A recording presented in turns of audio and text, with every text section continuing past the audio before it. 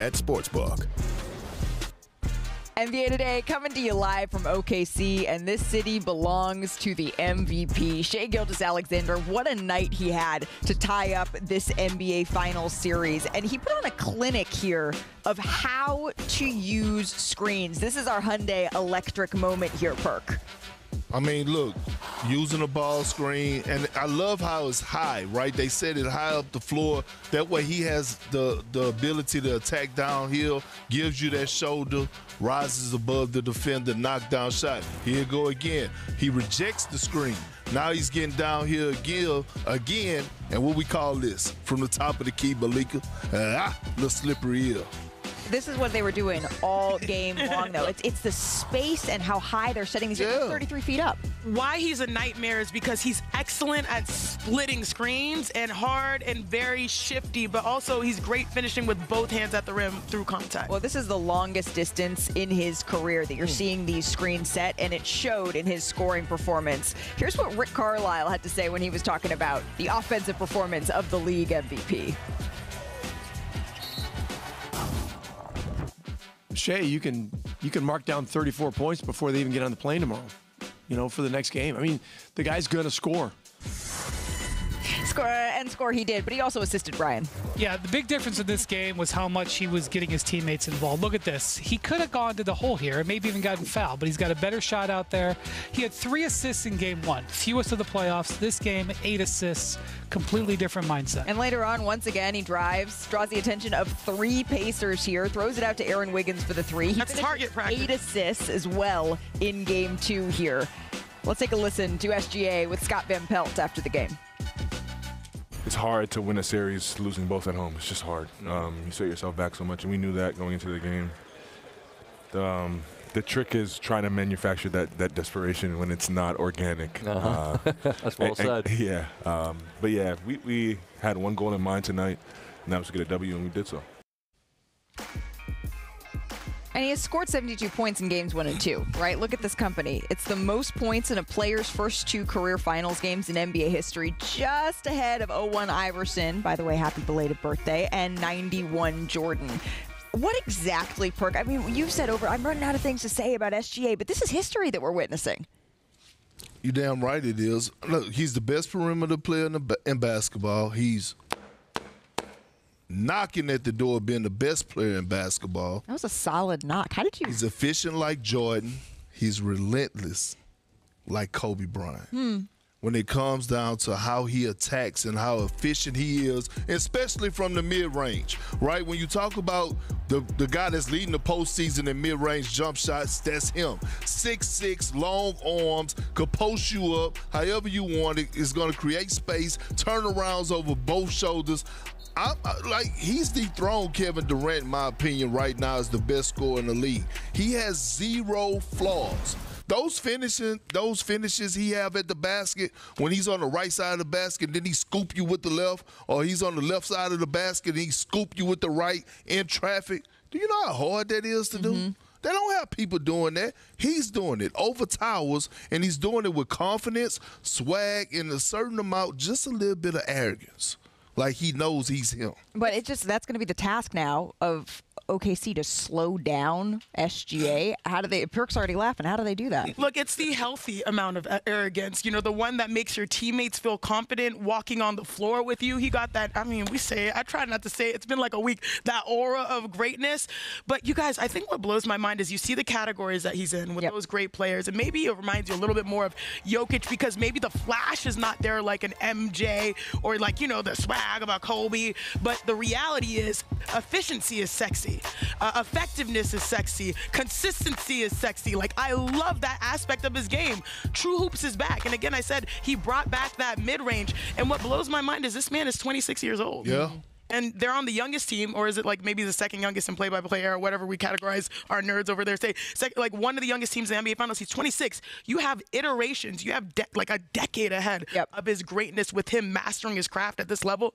It's beautiful. We're getting better at categorizing what it is that Shai does. We're not getting any better at answering the question, what do the Pacers need to do? Last night was the 83rd game he scored over 25 points. Oh my gosh. 83rd game. Okay, so you're not keeping his points off the board. That's not happening. Okay, so what can the Pacers do to make it in the win zone, right? So in game 1, they had him take 30 shots. They kind of stopped his teammates from getting as involved. That's one thing you can do. So 38 points on 30 shots, that's still pretty good, by the way. Like, almost anybody would take that efficiency, but it's not an A+ game for him. And they kept those assists down. Also, what you don't see on that graphic, he had 8 free throws in game 1, which sounds like a lot for the average person, but for him is slightly below average. Last night, 12 free throws. So you have to win the margins. Keep him off the line. Keep those free throws down to 7 or 8. Don't let him get double-digit free throws. Try to prevent his teammates from getting him 7, 8, 9, 10 assists. Right. Try to get him to get those efficiency, the shot numbers up a little bit. That's the only way you can stop him. He's getting his 30.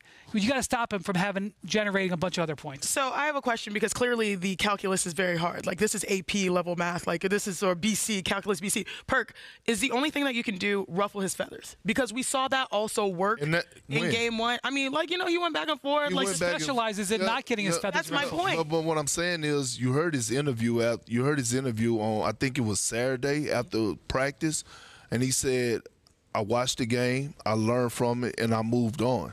And right there was growth. Whatever happened in game 1, he moved on. That didn't carry over. Now, his facial expressions throughout the course of that game with that little cocky smirk he be making, like, who is these people? Like, that's never going nowhere. But again, it's just like, I've never seen nothing like this before, really, from the perimeter. Let me say not before, in this era, right? In this era of basketball, in my era.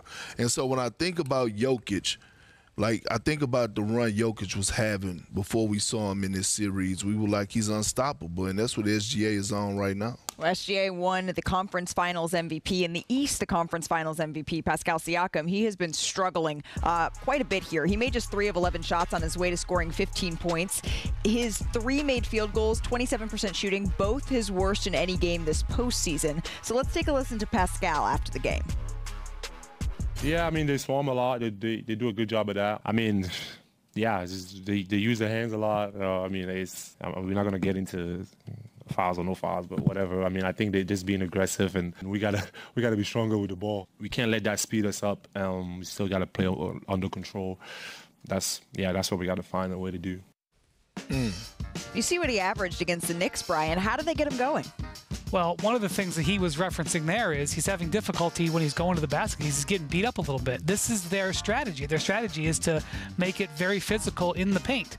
So they may need to find some ways to get him into sweet spots, in the mid-range and then the three-point range to get him into more comfortable spots, because he did have a little bit of a stretch in the second quarter yesterday where he got some free looks to the paint, but they are determined to rough him up when he gets on the inside, and so far it's working.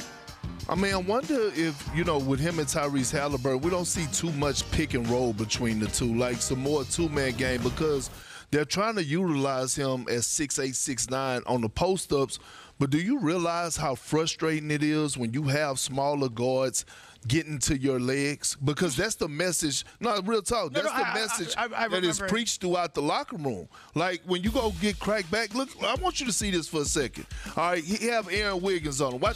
Just look how low Aaron Wiggins is on him. This on the box out. All right, he's fighting again. Watch SGA. I'm going to fight to get around. I'm going to keep, like, that is hard. They're doing their work early. Like, people who guard people on the post, they say, do your work early. They're touching him up. They're getting to his legs. They're fronting. The weak side is coming over when they try to lob pass at the top. It's very frustrating. So we talk about Rick Carlisle, and he is a great coach. He's going to have to dive deeper into his bag now. Well, 2 things. If they play with a little bit more pace, because I think you said this before the series started, whoever dictates the pace or the possession game typically has an advantage or disadvantage versus the Pacers. If they play with more pace, that means they're playing small ball, which means he has the 6'6", 6'7", 6'8" advantage on their guys on the Thunder. And then the second thing here is when you think about tinkering up these matchups, like, I'm really curious to see if that they use him, like you said, like in the isolation situations, or as Malika, you said, the secondary ball handler, because they've done an excellent job neutralizing. I said Oklahoma City Thunder, they're like the neutralizers,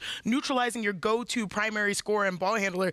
Maybe just getting him going more, initiating the offense, getting to his sweet spots will help him. But I will lastly say, like, I thought he still was playing well. He had a solid game, and to me, he's been the most consistently aggressive. Pascal Siakam. He was 3 for 11. I know, but when Tyrese Halliburton was struggling, like they were going to him in the offense, and that's when Tyrese is not aggressive, it puts more pressure on Pascal. If Tyrese is more aggressive, then you can get him going. They had him in their pocket last night. He was not going last night. He struggled. He had it going in game 1. Last night, he was in their pocket. Well, the Indiana Pacers are going home, and we know that they have thrived in this postseason when they are playing back in Indianapolis. We'll see. Before we go to break, in case you guys missed it, has anyone heard from Nikola Jokic lately? Because what last time we saw the Joker, he said he was going to have a lot of beer this offseason.